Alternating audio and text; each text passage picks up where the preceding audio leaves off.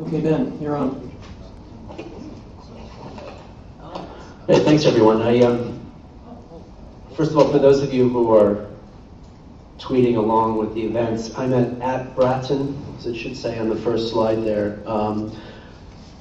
Also, the talk is a written text, it's a bit dense, so if you are interested, you can follow along with the text as I go through it at the address that you see there, bratton.info/project/talks/rubbing the Clinamen raw with a hyphen in between.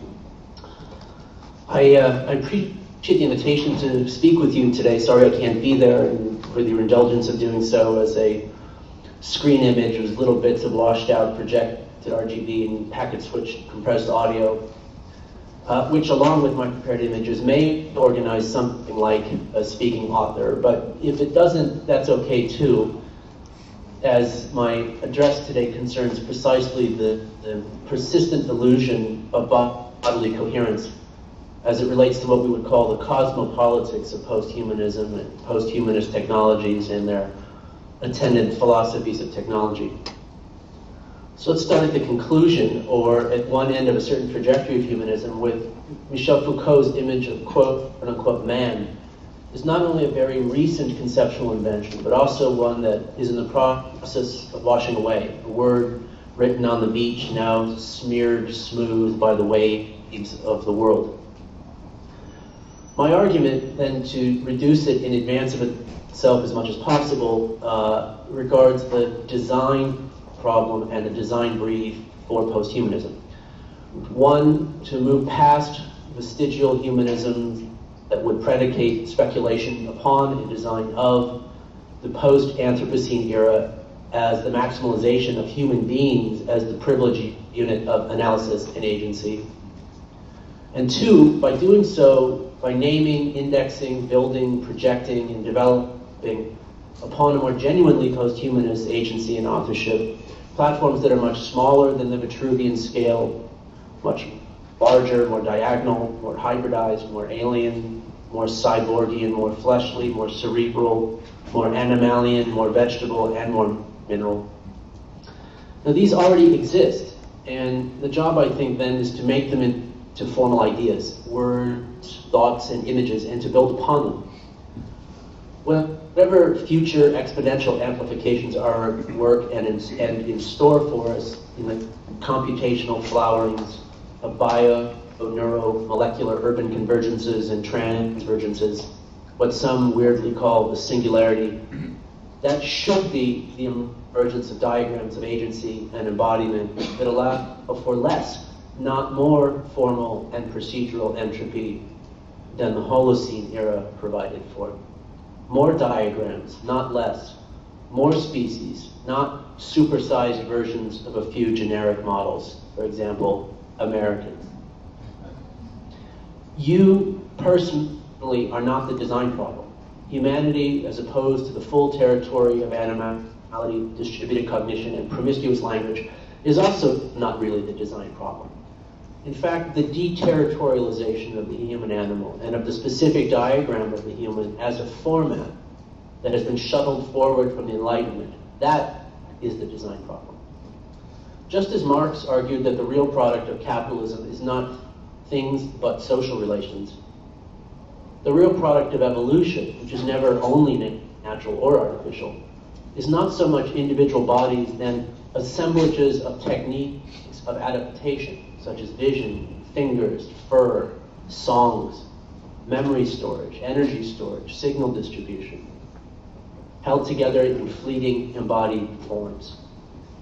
The real result of evolution are bio-socio-technical relations.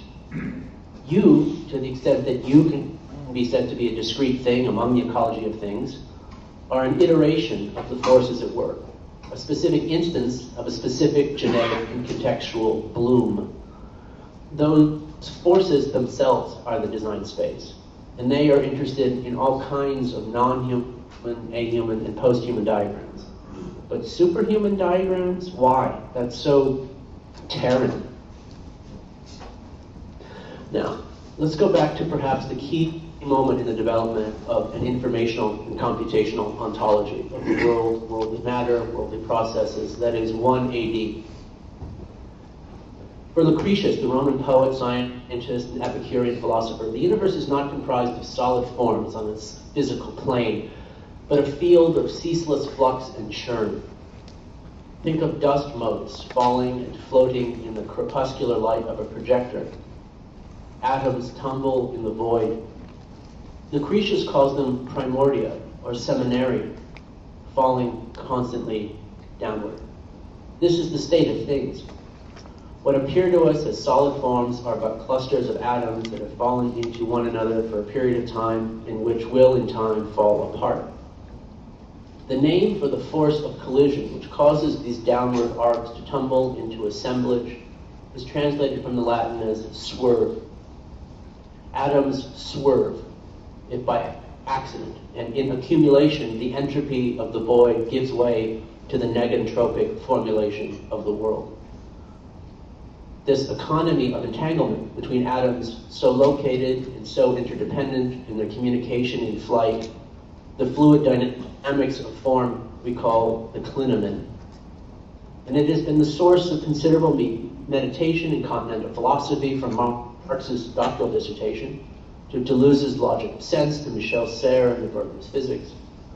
But for our purposes, the Clinamen is not just a spontaneous lurch of something from its programmed track, but also a model that will posit the comprehensivity of the universe as the archive of such accumulated deviations. Now, if we had a bit more time, we could draw lines between Lucretius and the Epicurean Clinamen to the work of Leibniz, the development of calculus, the biliteral alphabet, the composable table. Deleuze makes one such trace, and another drawn differently is to conjecture, as others have, that the phase space of this atomic flux, as arriving at the form we recognize as the world and the things of the world, is the accumulation of an algorithmic, computational portfolio of forces. This is the generic hypothesis of computational ontologies, from the Church-Turing thesis to Wolframian genetic algorithms. More specifically for this discussion, perhaps Seth Lloyd on quantum computing and informational fabric of the universe, for which, though none of these contemporary projects would use the following words, and for good reason, and the Clinamen, the instance of the swerve within the oceanic flux, the smallest possible angle of infinitesimally small deviation, is the fundamental unit of universal formation. Now, of course, atomic and subatomic economies are not the same, but for the most generic version of the model, the generative principle of the binary swerve, the 0 into 1, 1 into 0, be it an atom or quantum wave particle shifting from its path and state, is the structural condition that conditions for structure. After Leibniz's model of the composable table, we can consider Lloyd's conjecture of the total information space of the universe as a performance of, quote, no more than 10 to the 120th operations on 10 to the 90th bits, as the ultimate scale of this cosmic algorithmic phase space. The earthly economy in which we toil is then obviously an algorithmic space several orders of magnitude more confined, if not also diminished thereby. Further, for some, the implications of Marcus Hutter's AI-XI algorithm, sort of brute force mechanism for universal intelligence, suggests either that the universe's simulation is not only possible but true, and or that the entirety of form can be presumed to proceed from a typology of these sorts of recursive search operations. Forces form forms, verbs cause nouns. So, what of humans and post-humans? A diagram, quote unquote, is a generic geometric arrangement defined within a certain set of dimensions which organizes the confluence of forces, events, data points, variables in an image. A diagram has no intrinsic content, but is a generic typology, as a generic typology, a kind of extrinsic content of the forms that it structures. Darcy Thompson famously dictated in 1917 that form is a diagram of forces. that the structures of the organism evolve in conversion with the physical forces, the demand upon that body as itself a medium of the world.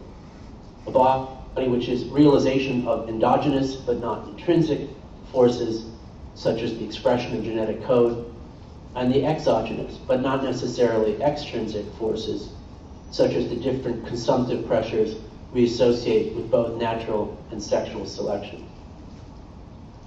The typology of forces then results in turn in a typology of diagrams, which index a typology, phyla, genus, species, bodies, instances across scale.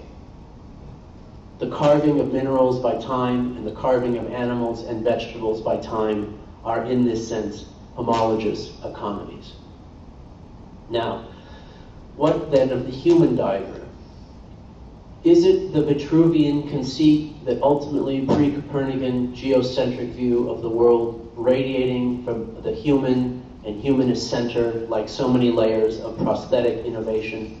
No.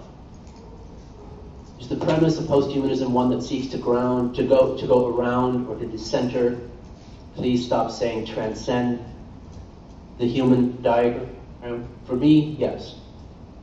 The innovation of the diagram is much more interesting than the innovation of humans, and much more so than any particular individual, but not as interesting in turn than the innovation of forces which form the diagram. In fact, then, let me be blunt. The focus of post-humanism on the innovation of a particular individual is a sad diversion. You are not the 100th monkey. You are a dying mammal with a narcissistic personality disorder. How do I mean? Consider vision as a good bio-socio-technical assemblage, a force worth innovating. While the eye, quote-unquote, appears only after the Cambrian explosion, vision, the photoreceptor cells and proteins called opsins, evolved 100 different times independently of one another. Humans and animals are but one medium for the bio-socio-technical assemblage of vision and how it can assemble the world. And it is through the capacity of photoreception that different bodily diagrams, from the surface of the photosynthetic leaf, for one example, or the optic stereoscopic primate face, for another, structured and are structured by the evolution of these metamorphic solutions. So to speculate and engineer a new capacity of vision, from X-ray, thermography, microscopy, etc., is to design an innovation in the assemblage of vision, which can cause us as humans as its locus, but which is finally an evolutionary arc that defines the human diagram more than it is defined by the human diagram. The plasticity of technologically mediated vision is itself proof enough of this. So the prosthetic character of technologized vision then should be thought in a manner inverse to our common sense.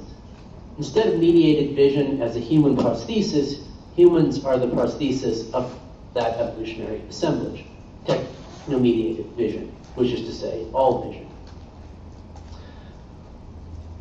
What is the human assemblage then? Let me quote Michel Serres. In our own body, for example, some of your neurons date from 8 million years ago, but some date from the reptilian age, from hundreds of millions of years ago. Your DNA is original with respect to your parents, but the fact of DNA dates from 4 billion years ago. And the atomic constituents of your body are 13 billion years old. Consider then the myth of the ship of Theseus. You've probably heard this as the joke about the original axe with which George Washington cut down the cherry tree. Quote, of course the head had to be replaced a couple times and the handle was replaced several times with newer wood, but it occupies the same place as the original axe. It is the same textility, we could say. This is the human assemblage. We are nothing but. Or consider Jacques Lacan's story about the mirror stage of development. As infants we are, so the story goes, unable to differentiate mental images, memory, perception, and wish. Past, present, and future are jumbled into a continuous flux of image desire. One day, upon encountering ourselves in the mirror, we perceive a unique object in the world, one that moves in the exact trace of the movements we feel ourselves to make.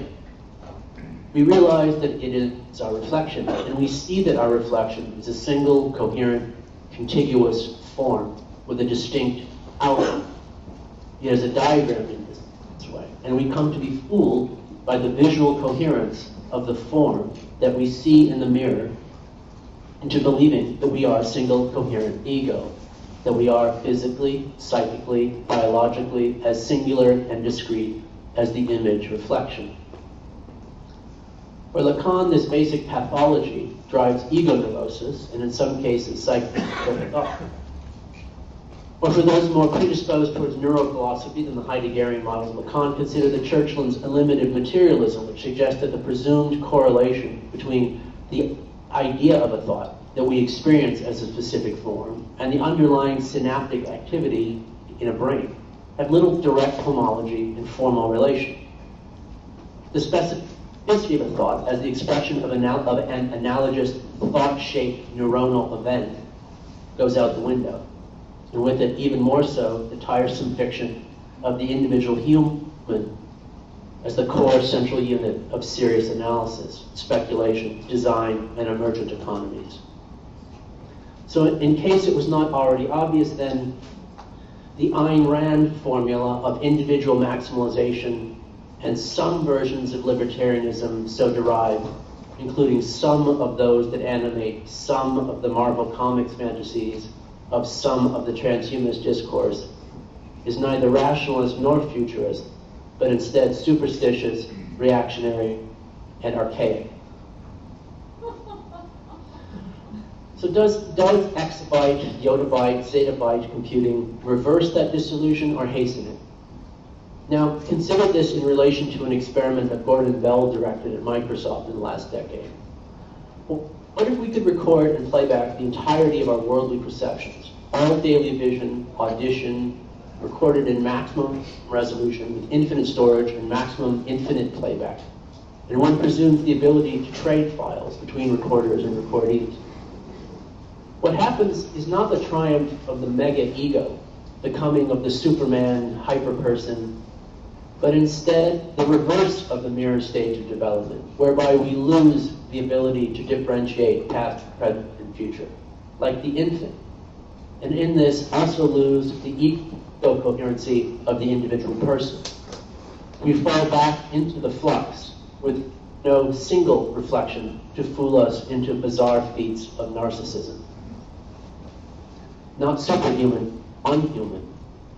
Now, clearly this de-diagramming of the cognitive human is not the same as the de-diagramming of the biological human, but for this audience, I assume I don't have to explain how one becomes the other.